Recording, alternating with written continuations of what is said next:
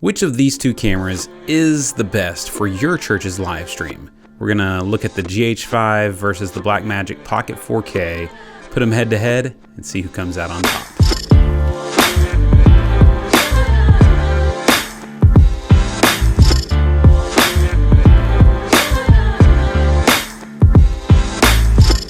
Well, if we haven't met yet, my name is Ryland Russell. Welcome to my YouTube channel. On this channel, I just like to look at budget solutions for the church tech world. And live streaming has become a very large part of that. And these two cameras have been really at the top of the line when you consider really good quality, budget-friendly cameras. Both cameras come with full-size HDMI ports, which is a great benefit when you're live streaming. They both have great screens, but the screen on the Blackmagic Pocket 4K does not swivel. While it's really giant and it looks great, it can be a big annoyance when you're just trying to set up shots and it doesn't move, and so you're constantly having to bend down and look at things, while the GH5 screen can flip out and, toggle back and forth and allows you just a little more freedom when you're running that camera. It also has an EVF built in where the Pocket 4K does not have an EVF. I don't know how often I really use the EVF, but it's there if you're doing an outside live stream and you need that extra clarity. They both have lots of function buttons, a lot of video priority enhancements as far as like peaking and zebras, and the Pocket 4K does have false color on it, which can be kind of handy. Overall though, the Pocket 4K body is wider, bulkier. They weigh about the same, I feel like, but the GH5 is just a little more compact. But they're both quality cameras, quality bodies, well built. I will say that the GH5 body is weather sealed, while the Pocket 4K body is not weather sealed. Most of the time we're using these inside of churches, so not too worried about that. Recording media wise, the Pocket 4K has two slots, and it's an SD card slot and a CFast card slot. If you're going to be doing any Blackmagic RAW recording or really high ProRes stuff, you might need one of those CFast cards.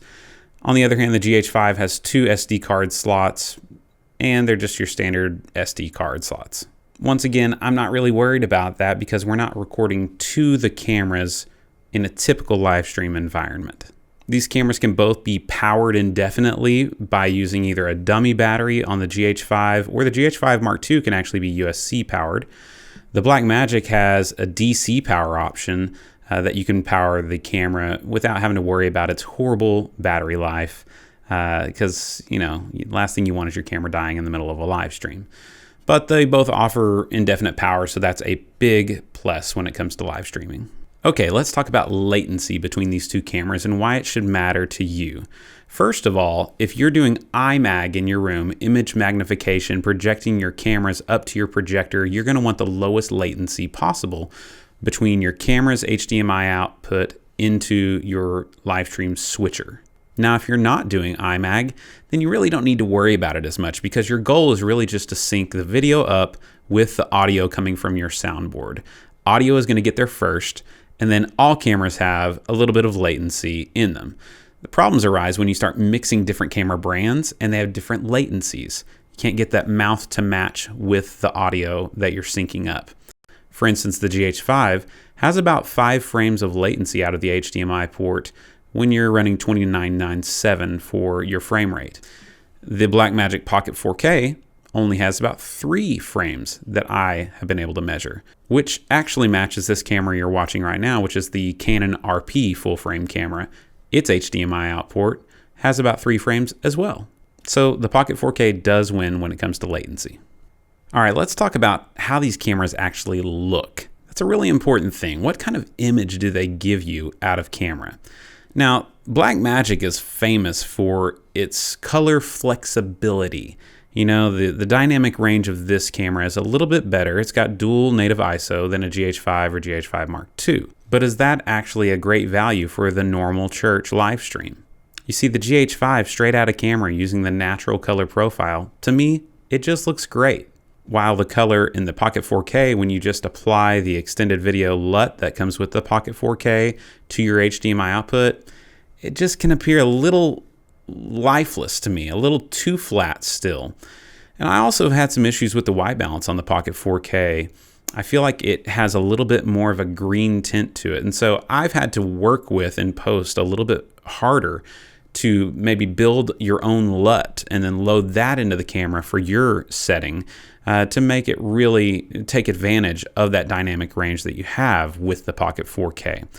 So while yes, you can be a little more dynamic with the coloring and shading of this camera if you want to take the time to dive into that and building your own LUT files, I think that the ease of getting something out of camera that just looks really good straight away is actually a really high value with the GH5 line. Now, one thing the Pocket 4K does that the GH5 just can't do is integration with your ATEM switcher.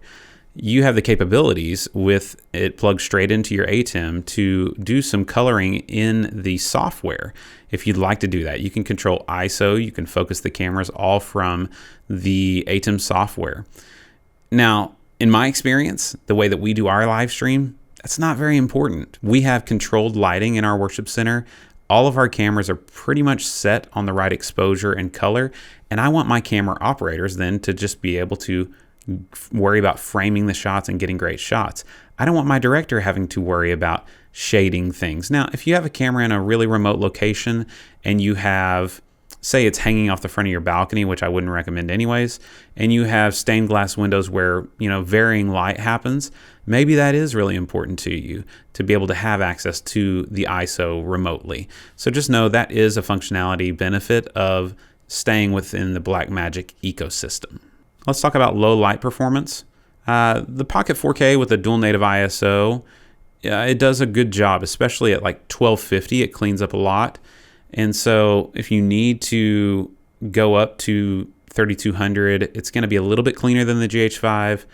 But all of our ISOs are around 640, 800. We never go above that. And so I don't think you should be overly concerned about that if you have decent stage lighting.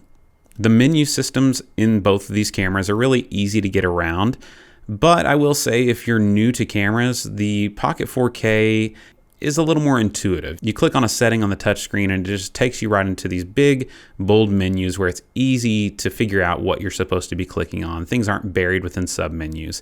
The GH5 is not hard at all to manage, but I will say the Pocket 4K is a little more user-friendly when it comes to the menu layout. Now, one major difference is that this is a photo-capable camera. And so this is going to be a much more versatile camera for your church's media ministry. We use these cameras all the time out in the field to be able to capture images, whether that's at a VBS or a different event. And it offers custom mode dials to be able to save your settings. That way, if something does get used out, for a video shoot or photography, you just dial back to C1 and you're ready to go for your live stream. I've had calls with people where they accidentally got their settings erased from their ATEM and it screwed all of their settings up in camera on their Pocket 4Ks and having to troubleshoot that. Now, I've never personally had that happen with this one, but just know that that's a benefit, I think, of the GH5. All right, let's dive into some strengths and weaknesses of each camera. First of all, with the GH5, it offers sensor stabilization where the Pocket 4K does not do that. This is so handy when it comes to your live stream. We are actually able to hand hold a GH5 for our side stage shot. It combines the lens stabilization with the sensor stabilization, and we don't even need a gimbal. We could never do that with a Pocket 4K without rigging it out on a gimbal.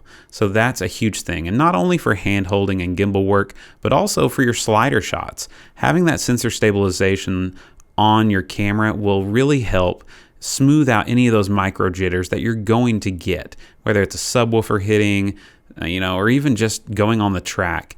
Having that sensor stabilization is so helpful.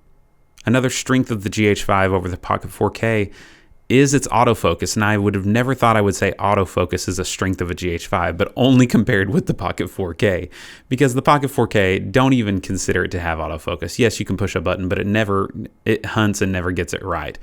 Our operators every Sunday are using either the touchscreen autofocus or the back button autofocus. We don't run it with autofocus continuous. We have it in manual focus, but they can grab focus whenever they're getting new shots, and that is so handy. Another strength for the GH5 is battery life. If you've researched anything about Pocket 4Ks, you know the batteries are horrible. I've had it die a few times now on me just in these different test shoots, and it's so frustrating. And the GH5 battery is not amazing, but it'll go hour and 20 minutes or so. Definitely enough to get you through a service without having to worry that it's going to die. And so the battery life is a win in my book for the GH5. And the strengths of the Pocket 4K really come back to the lower latency out of the HDMI, a little better low light, and the menu systems are just a little easier to navigate. Another thing to consider is that if you get a Pocket 4K, unless you've got it sitting on a tripod, you're really going to have to rig this out to be able to use it. You're going to have to build a cage around it, mount V-mount batteries around it, and honestly, you're going to have to add an external monitor because as great as this screen is, with it not moving, you're going to have something that can swivel around, be able to be used by your camera operators to see at different angles when they're shooting. And so that's just added cost. Whereas with the GH5, you really can just rock it as is. And as we wrap things up, one other consideration that I personally have as I'm considering, should I go into the Blackmagic ecosystem or should I stick with my Panasonic stuff, is the camera lineups. You see, the Pocket 4K is the lowest of the Blackmagic cameras in the lineups that you can purchase, and it's at $1,200. Where when you switch to the GH line of cameras from Panasonic, you can go down to the Panasonic G7s and G85s. You can get those for $500-$600 to really fill out your camera lineup in your live stream. I mean, you're going to want 3, 4, 5, 6 cameras eventually, and that adds up a little quicker with the Pocket 4Ks. You're going to want to maybe a Pocket 6K, where the GH5, G7, G85, even the GH5 Mark IIs, things like that, you can get more cameras for your money. So just be considering that as you're building out your ecosystem. So for me, what am I going to be recommending to people? I think for the mid to smaller size churches with a team maybe where you don't have all of the knowledge of how to color grade and really dive into all those different settings, you just want something that's going to look great out of camera and be really easy to operate. I'm still recommending the GH5, GH5 Mark IIs to most churches. Even somebody like myself, who I own a videography business, this thing, you can get a great look out of it, but it's gonna take some effort. However, if you're at a church where iMag is really important, you want to build out a system maybe using some of the higher end Blackmagic cameras, I think the Pocket 4K fits the bill really nicely. There's a lot of benefits to going with the Blackmagic cameras. So at the end of the day, it's really, how are you going to use the cameras? How big of a system do you want to build out? And what is your budget? And sure, there's other camera systems out there. You could go with Canon. You could go with Sony. You could get PTZ cameras. Please don't. But I think that these cameras both offer great options.